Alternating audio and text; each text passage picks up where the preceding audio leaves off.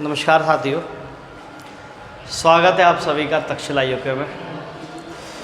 भारतीय राज्य व्यवस्था की क्लास को आगे बढ़ाते हैं और मुद्दे की चर्चा से शुरू करते हैं। मुझे उम्मीद है कि आपकी जो स्टडी है, आपका जो अध्ययन है, वो घर पे बहुत अच्छे से चल रहा होगा और आप बेहतर गति से अपने लक्ष्यों को जो आपने खुली आंखों से देखे हैं उन्हें पूरा करने की कोशिश कर रहे हैं। ठीक, देखिए, आज की शुरुआत करने से पहले एक छोटा सा मैसेज आप लोगों के लिए, एक छोटी सी कहानी के साथ शुरुआत करते हैं। अभी एक इंटरव्यू लिया गया था एक शेख साहब का, तो उनसे पूछा गया कि आपके जो बड़े थे यानी आपके जो बुज़ुर्ग थे उनके पास ऊँट हुआ करता था, आपके पास आजकल फरारी है, अपने प्राइवेट जेट हैं, प्राइवेट है ना, हेलीकॉप्टर्स हैं, आपके पास सब कुछ व्यवस्थाएं हैं, यानी कि आपके पास बहुत पैसा है। पूछा गया कि जो आपकी आने वाली जनरेशन होगी शेख साहब, उनके पास क्या क्या होगा। तो शेख साहब का जो जवाब था वो बड़ा ही रोचक था, बड़ा ही विचार करने वाला था। उन्होंने कहा कि हमारी जनरेशन जो नहीं आएगी उसके पास फिर से ऊँट होंगे। तो जो इंटरव्यूअर था, जो इंटरव्यू ले रहा था या जो उनसे बात कर रहा था, उस व्यक्ति के दिमाग में एक संशय का बीज पैदा हुआ, ऐसा कैसे भाई, जनरेशन तो आगे बढ़नी चाहिए। तो उन्होंने शेख साहब से पूछा कि आपने ऐसा क्यों कहा कि हमारी जो आने वाली जनरेशन है वो जनरेशन के पास फिर से ऊँट होंगे।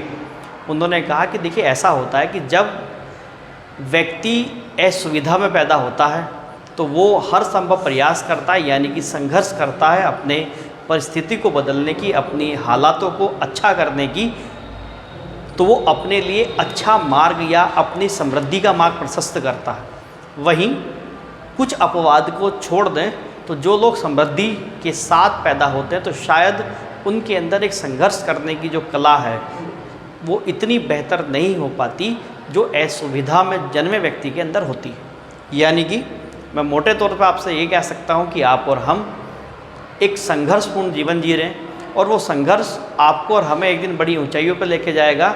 और ईश्वर से हमें धन्यवाद करना चाहिए कि हमें ये मौका मिला कि हम संघर्ष करके अपने जीवन का उन्नति का मार्ग जो है वो प्रशस्त कर सकते हैं। तो आइए इस संघर्ष जो हम और आप आपस में सहयोग से, परस्पर सहयोग से चला रहे हैं, उस संघर्ष को और बेहतर करें। और आज की क्लास चलिए आगे करते हैं, मेहनत करते हैं और आगे बढ़ाते हैं। ठीक है, चलिए। लास्ट क्लास में जब आपसे बात हुई होगी भारतीय राज्य व्यवस्था के अंदर, देखिए इससे पहले जो क्लासेस हैं राज्य व्यवस्था की वो आप ज़रूर देख लेंगे। जो लोग हमारे चैनल पर नए हैं वो कृपया करके, आपको डिस्क्रिप्शन में इसका लिंक मिल जाएगा, आप वहाँ से देख लें। और आप बिल्कुल भी एक भी क्लास मिस मत करना ताकि आपको बातें क्लियर रहें, है ना। देखो, भारतीय राज्य व्यवस्था की अगर मैं बात करूँ तो इसमें मैंने लास्ट क्लास में आपसे चर्चा करी थी कि एक तरीके से संविधान सभा का गठन हो गया था। यानी कि गांधी जी ने भी विचार दिया 1922 में, मानवेंद्र नाथ, उसके बाद आपका अगस्त प्रस्ताव, है ना, क्रिप्स मिशन, कैबिनेट मिशन, प्रत्येक चीज़ को मैं आपके साथ डिस्कस करके आया हूँ, अच्छे से डिस्कस करके आया हूँ। और 1946 में जाकर के हम लोगों ने क्या कर दी थी, संविधान सभा का चुनाव करवाया, उसके बाद उसका गठन करा। यहाँ तक हम लोग देख चुके थे। आगे बढ़ते हैं, देखिए संविधान सभा की कार्यप्रणाली की बात करते हैं। यानी कि हम यहाँ पर आज संविधान सभा की कार्यप्रणाली को देखें। संविधान सभा की कार्यप्रणाली देखिए, संविधान सभा का गठन हुआ और संविधान सभा की पहली बैठक यानी कि फर्स्ट बैठक जो हुई वो 9 दिसंबर 1946 में हुई। यानी कि 9 दिसंबर 1946 को संविधान सभा ने अपनी पहली बैठक को अंजाम दिया। इसके अंदर क्या था, देखो ढंग से समझना। पहली चीज़ कि जो मुस्लिम लीग थी यहाँ पर, वो चाहती थी कि हम लोग किसी न किसी तरीके से एक ऐसे राष्ट्र को बना लें जो संप्रभुता, या एक तरीके से ऐसे कहिए कि आप ये कह सकते हैं जो आपका सांप्रदायिकता को बढ़ावा दे, या हम लोग अपने मुस्लिम बहुमत के आधार पर एक ऐसे देश का निर्माण करें कि जहाँ पर हम अपने इस्लामिक राष्ट्र या इस तरीके की संज्ञा हम लोग प्रदान कर सकें। इसी के चलते हुए क्या करा गया, मुस्लिम लीग ने पहली बैठक का बहिष्कार करा। ठीक है, मुस्लिम लीग ने प्रथम बहिष्कार, ये ऐसा कहिए कि मुस्लिम लीग ने पूर्ण बहिष्कार कर दिया इसका। ठीक है, मुस्लिम लीग ने क्या करा, इसका पूर्ण बहिष्कार कर दिया, ठीक है, ध्यान रखेंगे आप लोग। अब पूर्ण बहिष्कार कर दिया तो क्या करते, तो कुछ ना कुछ सदस्य तो शामिल होते। तो यहाँ जो सदस्य शामिल हुए, देखिए 208 के लगभग तो केवल कांग्रेस के थे और 15 स्वतंत्र थे। तो जो सदस्य शामिल हुए उनकी संख्या थी उस समय 211, ठीक है, ध्यान रखना। पहली बैठक के अंदर जो सदस्य शामिल हुए उनकी संख्या कितनी थी, 211 थी। इसी बीच में देखिए क्या होता है कि फ्रांस के अंदर भी एक व्यवस्था है कि जब भी हम कोई काम करते हैं बड़ा, तो उसमें अपने बुज़ुर्गों को पूछा जाता है। भारत की यही परंपरा है, वैदिक सभ्यता हमारी यही है, हमारा जो कल्चर है, हिंदुत्व है, स्नातक का जो कल्चर है वो यही है कि हम कोई भी काम करते हैं तो अपने जो बुज़ुर्ग होते हैं उनको सबसे ज़्यादा सम्मान या सबसे ऊपर उन्हें रखा जाता है। तो यहाँ भी यही काम करा गया। हमने सबसे बुज़ुर्ग व्यक्ति जो हमारे थे, जिनका नाम था सच्चिदानंद स्वामी जी, डॉक्टर सच्चिदानंद सिन्हा, स्वामी नहीं सिन्हा गई है, डॉक्टर सच्चिदानंद सिन्हा, जो सबसे बुज़ुर्ग व्यक्ति हमारे थे, उन्हें हमने अस्थायी यानी कि अध्यक्ष के रूप में चुना। अस्थायी इसलिए कह रहा हूँ क्योंकि ये केवल और केवल अगली संविधान सभा की बैठक तक बने रहे, इसलिए हमने ने क्या कहा कि अस्थायी अध्यक्ष के रूप में इन्हें चुना गया। किसे, डॉक्टर सच्चिदानंद सिन्हा, ठीक। तो पहली संविधान सभा की बैठक में हमने कुछ भी नहीं किया। मुस्लिम लीग ने इसका पूर्णतः बहिष्कार किया, यानी कि मुस्लिम लीग शामिल ही नहीं होना चाह रही है, मुस्लिम लीग संविधान बनाना ही नहीं चाह रही है, क्योंकि उनके मन में एक अनुशंसा है कि हम लोग एक नए राष्ट्र को चाहते हैं और नया राष्ट्र हमें मिलना चाहिए, ठीक है, ध्यान रखिए। तो ये अनुशंसा के चलते हुए जो सदस्य शामिल हुए पहली बैठक में वो 211 और डॉक्टर सच्चिदानंद सिन्हा इस समय क्या चुने गए, अस्थायी अध्यक्ष चुने गए। वहीं जो दूसरी बैठक चुनी करी हुई, ठीक है, सेकंड मीटिंग या बैठक जो हुई तुरंत एक दिन के बाद, यानी कि 11 दिसंबर 1946 में दूसरी बैठक हुई। दूसरी बैठक के अंदर हमने क्या काम किया, ध्यान से समझना, हमने एक स्थायी अध्यक्ष की चर्चा करी कि अब हमें क्या चाहिए, एक स्थायी अध्यक्ष चाहिए। तो हमने हमारे डॉक्टर राजेंद्र प्रसाद जी, जो बाद में चल के देश के पहले राष्ट्रपति भी बनेंगे, उन्हें अपना पहला अध्यक्ष या संविधान सभा का स्थायी अध्यक्ष के रूप में हमने डॉक्टर राजेंद्र प्रसाद को चुना। साथ ही साथ हमने चुना उपाध्यक्ष कि भाई अगर अध्यक्ष उपलब्ध ना हो तो हमारे पास उपाध्यक्ष देखिए मैं दो बताऊंगा आपको, एक एससी मुखर्जी यानी कि हरेंद्र कुंवर मुखर्जी, ध्यान रखना पूरा नाम ध्यान रखेंगे, हरेंद्र कुंवर मुखर्जी एक उपाध्यक्ष थे, हरेंद्र कुंवर मुखर्जी, और दूसरे थे वीटी कृष्णनचारी, ठीक है, ध्यान रखना वीटी कृष्णनचारी। दो उपाध्यक्ष का नाम ध्यान रखना, आपने अमूमन एक को देखा होगा लेकिन दो का ध्यान रखना आपने।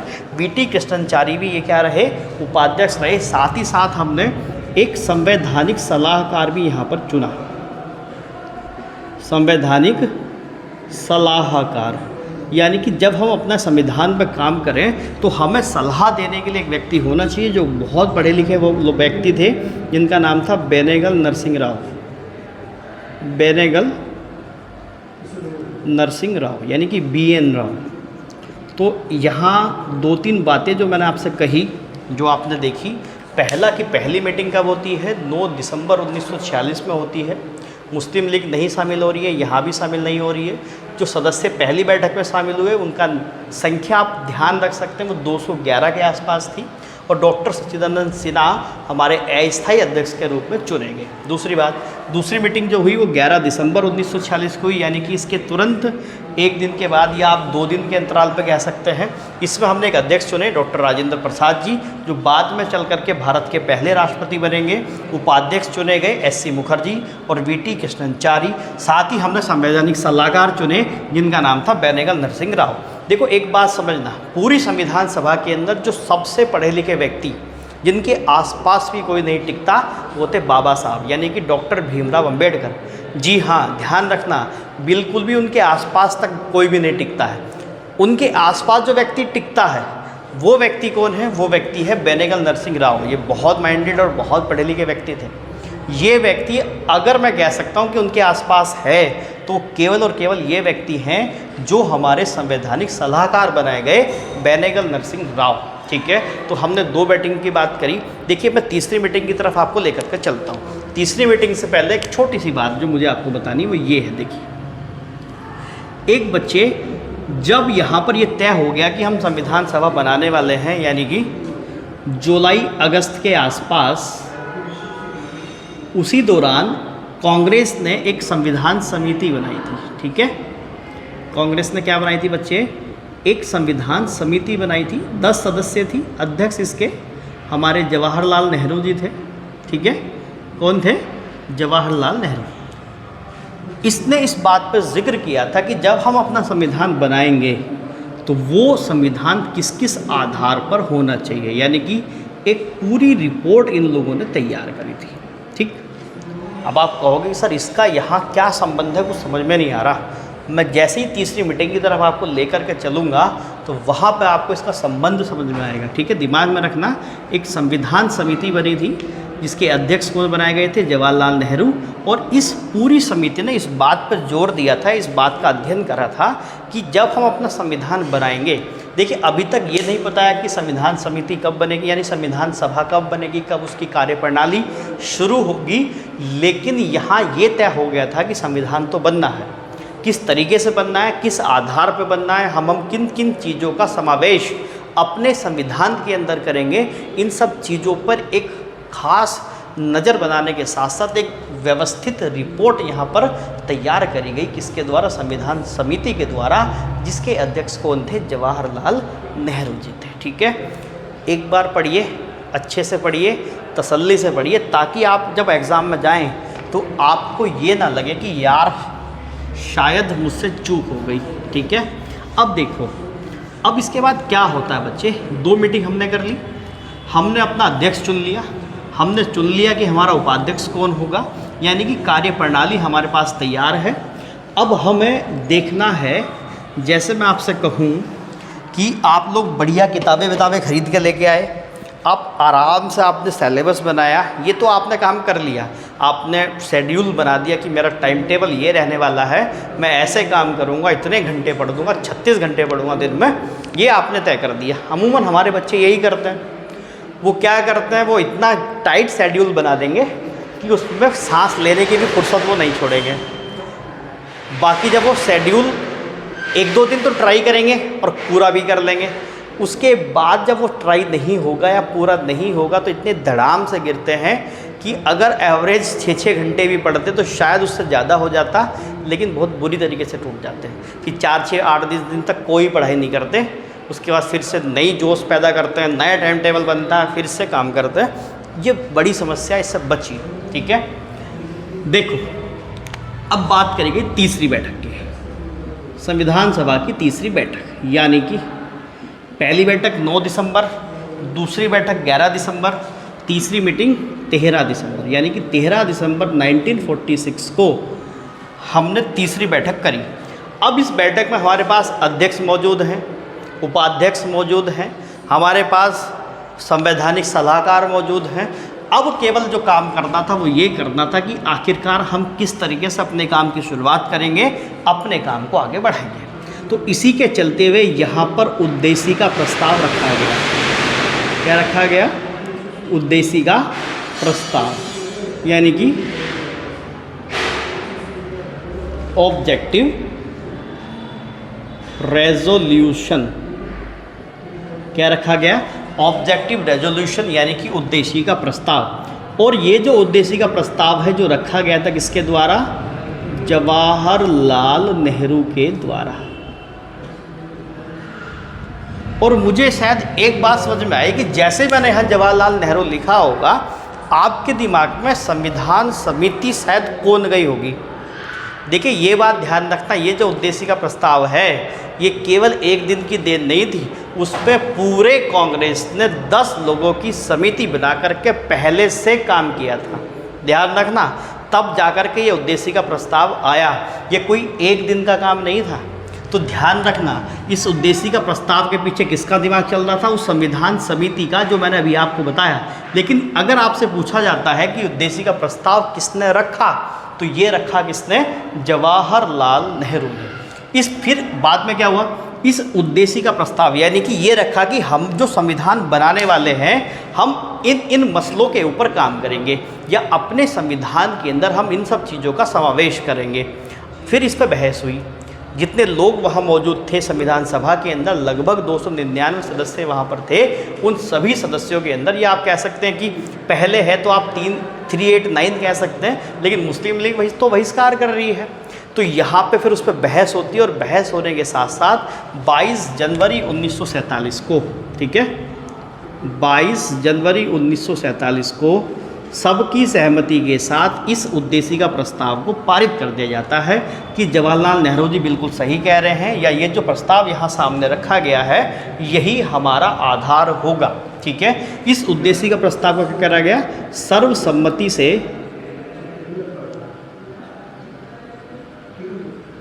प्रस्ताव पारित हुआ। ठीक है, ये प्रस्ताव क्या हुआ, सर्वसम्मति से प्रस्ताव पारित होता है। ठीक है, यानी कि उद्देश्य का प्रस्ताव तय हो गया, और यही उद्देश्य का प्रस्ताव बाद में संविधान निर्माण के बाद किसका आधार बनेगा, प्रस्तावना का आधार बनेगा। ठीक है, प्रस्तावना का आधार क्या बनेगा हमारा, यही उद्देश्य का प्रस्ताव बनेगा। वो चर्चा करेंगे जब हम प्रस्तावना की बात करेंगे। बातें आगे चली, कोई समस्या नहीं है, काम शुरू होता है। लेकिन इसी बीच में जो मुस्लिम लीग ने बहिष्कार करे और धरने प्रदर्शन करे, वो सारी सूचना इंग्लैंड पहुंची, और इंग्लैंड में क्लेमेंट एटली जो उस समय के तत्कालीन ब्रिटिश प्रधानमंत्री हैं, उनके दिमाग में ये बात सामने आ गई कि भाई ये शायद दोनों लोग मिलकर के, यानी कि कांग्रेस और मुस्लिम लीग, जो देश के दो बड़े राजनीतिक पक्ष हैं, दो बड़े समुदायों का नेतृत्व करते हैं, शायद ये आपस में तालमेल नहीं बैठा सकते। तो इसी के चलते हुए 3 जून 1947 को 3 जून 1947 को माउंटबेटन योजना सामने लाई गई। क्या लाई गई, माउंटबेटन योजना सामने लाई गई, और इसी माउंटबेटन योजना के आधार पर ये जून है भाई, ठीक है, जून है, 3 जून 1947 को माउंटबेटन योजना लाई गई, और ये माउंटबेटन योजना 3 जून को लाई गई थी, इसलिए इसी योजना को 3 जून योजना भी कहते हैं। ठीक है, ध्यान रखना। और इसी योजना के आधार पर 15 अगस्त 1947 को ये बात तय हो गई कि 2 संप्रभु राष्ट्र बनेंगे, एक राष्ट्र बनेगा पाकिस्तान और एक राष्ट्र बनेगा भारत। ये बात तय हो गई। अब जो लोग मुझसे पहले से जुड़े हैं, उन लोगों ने मुझसे माउंटबेटन योजना भी पढ़ी है, और उन लोगों ने मुझसे भारतीय स्वतंत्रता अधिनियम, ये कौन सा अधिनियम आया था यहाँ पे, भारतीय स्वतंत्रता अधिनियम, भारतीय स्वतंत्रता अधिनियम 1947 यहाँ पर आया था। ठीक है, तो जिन लोगों ने मुझसे नहीं पढ़ा, तो मैं कृपया करके आपको एक सलाह देना चाहूँगा, वो जा कर के हमारा जो यहाँ पर आधुनिक भारत का इतिहास करके एक सेगमेंट है, उसके अंदर मैंने सारी चर्चाएं वहाँ पर करी, तो आप जा कर के इसे ज़रूर देख लें। इस पूरे के पूरे जो हमारा संवैधानिक विस्तार है या संवैधानिक विकास है हमारी संविधान का, वो सारी चर्चाएं मैंने वहाँ पर की, तो कृपया करके आप देख लेंगे तो आपको माउंटबेटन योजना क्या है, भारतीय स्वतंत्रता अधिनियम 1947 क्या है, एक एक बात आपको क्लियर हो जाएगी। अब देखो, जब ये बात तय हुई कि पाकिस्तान और भारत 2 अलग संप्रभु राष्ट्र बनने वाले हैं, और संप्रभु क्या है, जिसका खुद पे पूर्ण नियंत्रण होता है, यानी कि जिसके आंतरिक और बाह्य किसी भी निर्णय में किसी अन्य राष्ट्र का कोई हस्तक्षेप नहीं होता, हम उसी को क्या कहते हैं, संप्रभु राष्ट्र कहते हैं। ठीक है, ध्यान से बात को सुनिए, आराम से पढ़िए, आराम से नोट्स बनाइए मोहब्बत के साथ। ठीक है, चलिए अब देखो, यहाँ पर एक मोटी मोटी बात मैं आपसे कहूँ। अब ये बात तो तय है कि जब हमने संविधान सभा बनाई, उसमें लगभग 10 लाख लोगों के ऊपर एक व्यक्ति को चुना गया।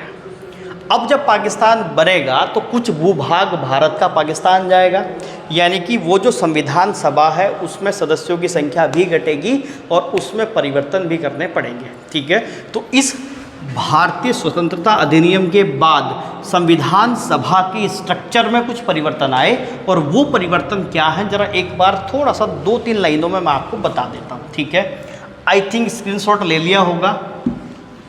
देखिए, अगर आपका कोई भी क्वेरी बनती है या आपका कोई भी डाउट है किसी भी चीज़ को लेकर के, उसका स्वागत है, आप कमेंट सेक्शन में मुझे ज़रूर डालना। अगर आपका कोई भी डाउट बनता है तो बात क्लियर है। दूसरी बात देखिए, यहाँ संविधान सभा में क्या बदलाव नज़र आते हैं। पहला बदलाव आता है, ध्यान समझना, कि संप्रभु निकाय बनता है। ये क्या बनता है? संप्रभु निकाय। अब हेडिंग लगा करके लिखना चाहो हेडिंग लगा करके लिख लो, या सीधा लिखना चाहो पॉइंट वाइज तो ऐसे भी बता सकते हैं। यानी कि देखो, पहले क्या होता था बच्चे, अगर आप संविधान पर देखोगे तो संविधान पर बहुत सारे आरोप भी लगते हैं। जैसे कुछ लोग कहते हैं कि ये शुरुआती तौर में संविधान सभा एक स्वतंत्र निकाय नहीं था। बात ठीक है, यानी कि जब तक भारतीय स्वतंत्रता अधिनियम 1947 नहीं आया था, तब तक संविधान सभा की बैठक करने से पहले ब्रिटिश सरकार से हमें क्या लेनी पड़ती थी? मंजूरी लेनी पड़ती थी, तब जाकर के हम अपनी बैठक कर पाते थे। यानी कि वो पूर्णतः संप्रभु नहीं था।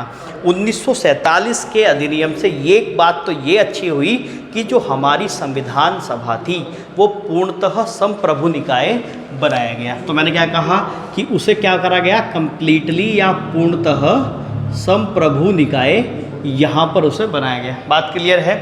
दूसरी और इम्पोर्टेंट बात क्या दी गई कि संविधान सभा को ये अधिकार मिला, क्या अधिकार मिला जी? संविधान सभा को ये अधिकार मिला कि वो क्या कर सकती थी? ब्रिटिश कानूनों को समाप्त कर सकती थी, ब्रिटिश कानूनों को समाप्त कर सकती थी, या उसमें या जो ब्रिटिश कानून थे उनमें कोई चेंजेस या बदलाव कर सकती थी। बात क्लियर हुई। यानी कि पहला संप्रभु निकाय बना। दूसरी बात यहाँ पर क्या आई कि संविधान सभा ब्रिटिश कानूनों को समाप्त कर सकती थी, उसके साथ साथ वह उसमें अगर बदलाव करना चाहे तो बदलाव कर सकती थी। तीसरा पार्ट ये बना यहाँ पे कि संविधान सभा एक तरीके से विधायिका के रूप में भी काम करेगी, यानी कि संविधान सभा विधायिका भी बन गई थी। ध्यान समझ में आई? यानी कि देखिए, अब देश को कोई ना कोई तो चलाएगा। इन्होंने कहा कि हम ब्रिटिश सरकार हटा देते हैं, एक हमें क्या चाहिए? एक ऐसा सदन चाहिए जो देश को चला सके। तो उसी संविधान सभा और उसके जो सदस्य थे उन सबको एक विधायिका के रूप में भी क्या कर दिया गया? गठित कर दिया गया। और देखिए यहाँ पे क्या होता था कि जब बैठकें संविधान सभा के रूप में होती थी, ठीक, तो उसे हेड करता था, यानी उसके अध्यक्ष कौन होते थे? डॉक्टर राजेंद्र प्रसाद। लेकिन जब बैठक संविधान सभा की एक विधायिका के रूप में होती थी तो उसके हेड कौन होते थे, या उसे कौन अध्यक्षता उसकी करते थे? वो करते थे गणेश वासुदेव मावलंकर या जीवी मावलंकर। गणेश वासुदेव मावलंकर ये इनका पूरा नाम है, ठीक है। ये किया करते थे। बात क्लियर हुई। दूसरी बात ध्यान से सुनना, अगर मैं यही बताऊं तो विधायिका के रूप में इसकी जो संविधान सभा की पहली बैठक हुई थी, फर्स्ट मीटिंग विधायिका के रूप में, ठीक है, ध्यान रखना, ये हुई थी बच्चे 17 नवंबर 1947 को, ठीक है। कब हुई थी? 17 नवंबर 1947 को। दूसरी बात, अब संविधान सभा में जो सदस्य बचे, यानी कि स्वतंत्रता के बाद जो सदस्य बने वो लगभग 299 सदस्य थे, जिसमें से ब्रिटिश प्रांत से 229 और देसी रियासतों से आपके रिमेनिंग 70, ठीक। तो एक तरीके से संविधान सभा में ये परिवर्तन होता हुआ नज़र आता है। देखिए, आप ईमानदारी से आराम से नोट्स बनाना। और मैं आपको एक बात बताना चाहता हूँ, वैसे तो देखो यार आपको शेयर करना चाहिए, ठीक है, चलो खैर ध्यान से समझो। संप्रभु निकाय पूरा, यानी कि पूर्णतः संप्रभु निकाय बनाए। संविधान सभा को ब्रिटिश कानून को समाप्त करने और उसमें बदलाव करने का दायित्व मिला, विधायिका बन गई। संविधान सभा की बैठक जब होती थी तो डॉक्टर राजेंद्र प्रसाद हेड करते थे। विधायिका के रूप में होती थी तो जीवी मावलंकर साहब करते थे, और विधायिका के रूप में पहली बैठक कब हुई? 17 नवंबर 1947 को हुई। दूसरी तरफ सदस्य कुल कितने बचे? अब 299 बचे। शुरुआती तौर पर कितने थे? 389 थे। मुझे लगता है कि ये बात अब समझ में आ रही होगी क्यों कम हो गए, क्योंकि क्षेत्र गया, व्यक्ति कम हुए, तो ये सब चीज़ें आपके सामने हैं। अब मैं इसमें और आगे की तरफ आपको बढ़ता हूँ और लेकर के चलता हूँ आगे।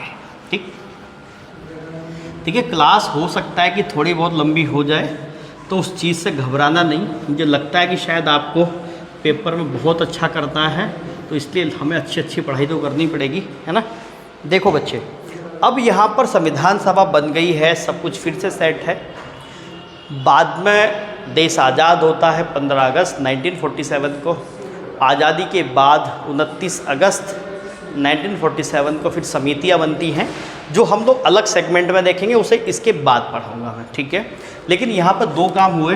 पहला काम हुआ 22 जुलाई 1947 को, यानी कि राष्ट्रीय ध्वज अपनाया गया।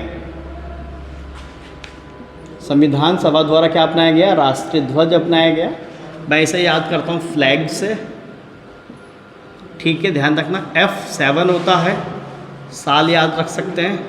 L11 नंबर होता है, A होता है, अच्छा G7 होता है भाई, G7 होता है, तो आप ध्यान रखेंगे। जैसे ABCDEFG, G करोगे तो G7 होता है, तो आप ध्यान रखना कि 1947 की बात कर रहा है। दूसरी बात, जैसे L का नंबर कितना होता है? L का नंबर होता है 12। ABCD करोगे तो 12, A का न्यूमेरिकल वैल्यू 1 होती है, तो 1 और 1 जोड़ करके मैंने क्या बना दिया? 22। G7 होता है तो 7 ही महीना है, आप देखोगे जुलाई, ठीक है, ध्यान रखेंगे। दोबारा बताता हूँ, दोबारा समझेंगे बात को, कि जैसे राष्ट्रीय ध्वज हम लिखते हैं तो मैं कैसे लिखता हूँ? Flag, FLAG। रीजनिंग अगर आप पढ़ते हैं तो जी की काउंटिंग वैल्यू जैसे कि A की 1, B की 2, C की 3, G की क्या होती है? 7 होती है। तो 7 से एक तो याद रखना है 1947, 7 से दूसरा याद रखना है महीना जुलाई। जनवरी, फरवरी, मार्च, अप्रैल, मई, जून, जुलाई 7वां महीना होता है। दूसरा, L की जो न्यूमेरिकल वैल्यू वो 12 है और A की 1 है। 1 और 1 मैं ऐड कर देता हूँ तो क्या आ जाता है? 22 आ जाता है। यानी कि 22 जुलाई 1947 को राष्ट्रीय ध्वज अपनाया गया। इसी के साथ साथ 14 सितंबर 1949 को हिंदी को आधिकारिक भाषा बनाया गया, आधिकारिक भाषा के रूप में चुना गया। हिंदी को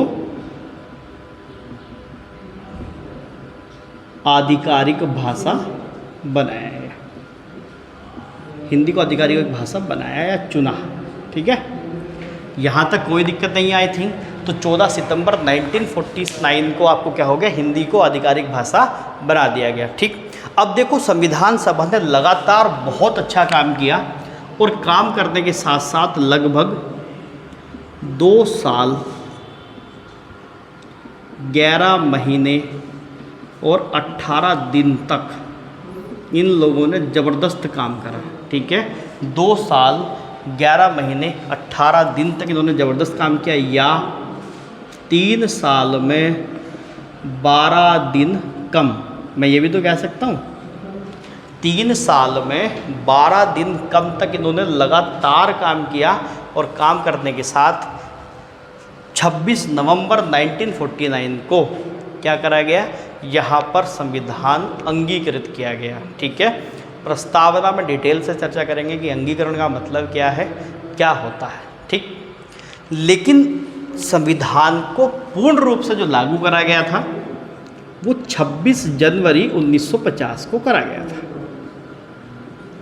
ठीक है। यानी कि अंगीकरण कब हुआ संविधान का? तो आप कहोगे 26 नवंबर 1949 अंगीकरण या अंगीकृत जब हुआ संविधान हमारा, पूर्ण रूप से लागू हुआ वो 26 जनवरी 1950 को हुआ। तो संविधान सभा ने निर्णय लिया कि जो मसले हमारे रह गए हैं उन मसलों को एक बार निपटा देते हैं। यानी कि जब एक बार आप कोई एग्ज़ाम देने जा रहे हैं तो आप एक बार सारे डॉक्यूमेंट आपने ले लिए, फिर भी आप एक बार क्विक चेक करते हैं कि यार मैंने ये डॉक्यूमेंट चाहिए था, आपने ले लिया क्या? पेन ले लिया क्या? एडमिट कार्ड ले लिया क्या? आधार कार्ड ले लिया क्या? आप सब एक बार क्विक चेक करते हो। तो उन्हीं सब चीज़ों के लिए अंतिम संविधान सभा की बैठक करी गई। ठीक है, अंतिम बैठक करी गई संविधान सभा की, और वो अंतिम बैठक कब करी गई? 24 जनवरी, यानी कि संविधान को पूर्ण रूप से लागू करने के 2 दिन पहले। जैसे 9 दिसंबर को पहली मीटिंग, 11 को दूसरी, 13 को दूसरी, 2-2 दिन के अंतराल पर, ऐसे ही 26 जनवरी को लागू करने के 2 दिन पहले, यानी कि 24 जनवरी 1950 को संविधान सभा की अंतिम बैठक करी गई। संविधान सभा की अंतिम बैठक हुई। ठीक है, क्या हुई? संविधान सभा की अंतिम बैठक हुई कब? 24 जनवरी 1950। और इस बैठक के अंतर्गत पहली चीज, हमारे पास कोई राष्ट्रगान नहीं था, हमने राष्ट्रगान चुना।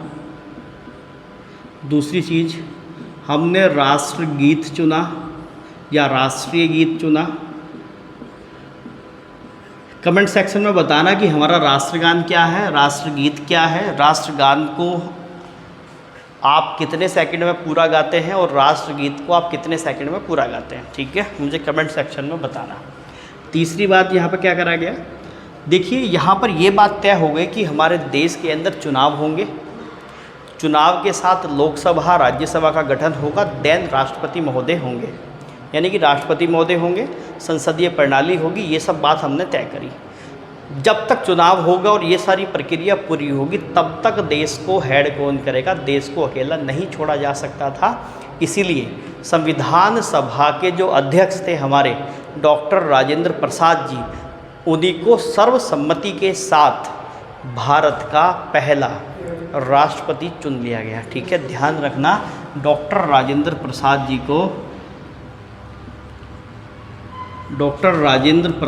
को भारत का, या भारत के, चलो ऐसे करो, भारत का प्रथम राष्ट्रपति चुना गया। ठीक है, भारत का क्या चुना गया? पहला राष्ट्रपति चुना गया डॉक्टर राजेंद्र प्रसाद। इसी के साथ एक काम और हुआ।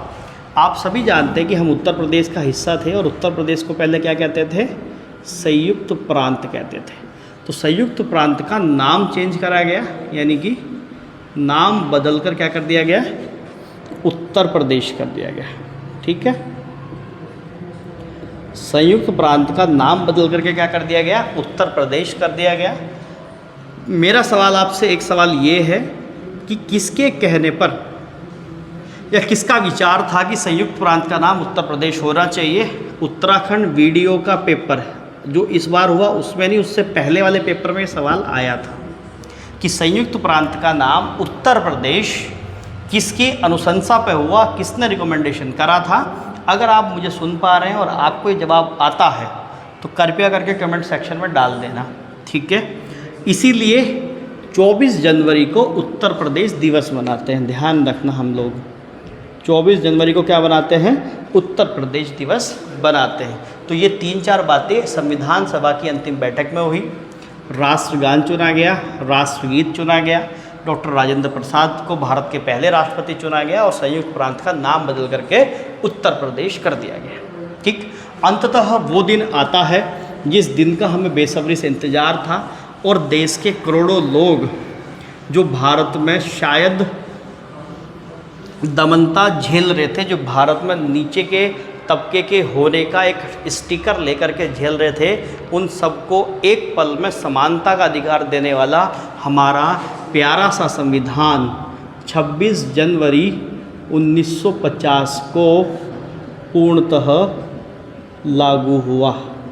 ठीक है, पूर्णतः लागू हुआ हमारा संविधान, भारतीय संविधान पूर्णतः लागू किया गया।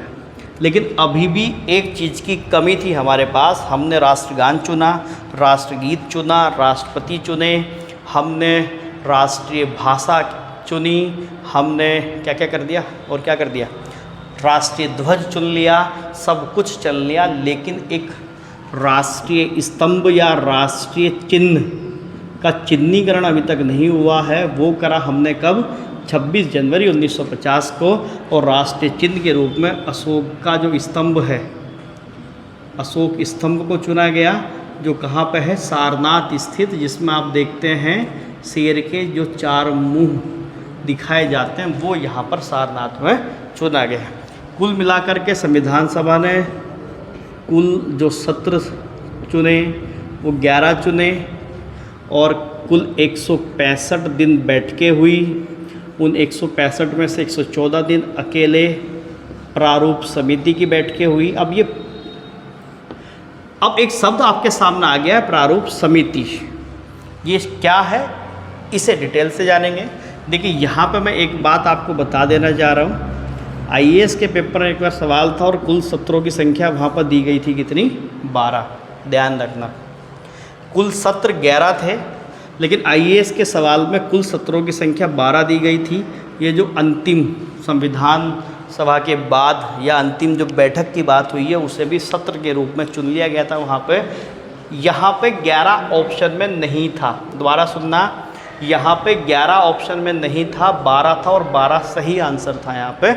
अगर 11 होता तो 11 ही सही आंसर होता, ठीक है। कुल सत्र कितने, 11। ध्यान रखना, बाई चांस 11 नहीं आता तो जैसे इस आईएएस की परीक्षा के अंदर, एक यूपीएससी की परीक्षा के अंदर 12 दिया गया था और उसे सही मान लिया गया था, तो आप भी 12 के साथ चले जाएंगे, ठीक है। 165 दिन टोटल बैठकें हुई, जिनमें से अकेले 114 दिन प्रारूप समिति की बैठक हुई। अब ये प्रारूप समिति क्या है, इन समितियों का संविधान से क्या मसला है, इन समितियों ने या किस किस समिति ने क्या क्या देखा या क्या क्या काम करे, किस किस समिति को किसने हेड करा, ऐसे बहुत सारे सवाल हमारे पेपर में बनते हैं और हमें जानने पड़ेंगे। इन सब सवालों का जवाब मिलेगा आपको भारतीय राज्य व्यवस्था की अगली क्लास में, जब मैं आपके साथ इन सब चीज़ों को डिस्कस करूँगा, ठीक है। आज की क्लास कैसी रही, क्या आप लोगों ने कुछ सीखा? अगर वास्तव में कुछ सीखा तो मुझे कमेंट सेक्शन में ज़रूर बताना। दूसरी बात, जितने सवाल मैंने आपसे पूछे उसे आंसर ज़रूर करना। तीसरी बात, मेहनत से काम करते हैं, आगे बढ़ते हैं। चलिए मिलेंगे फिर हम लोग अगली क्लास में, तब तक के लिए बहुत बहुत धन्यवाद। जय हिंद।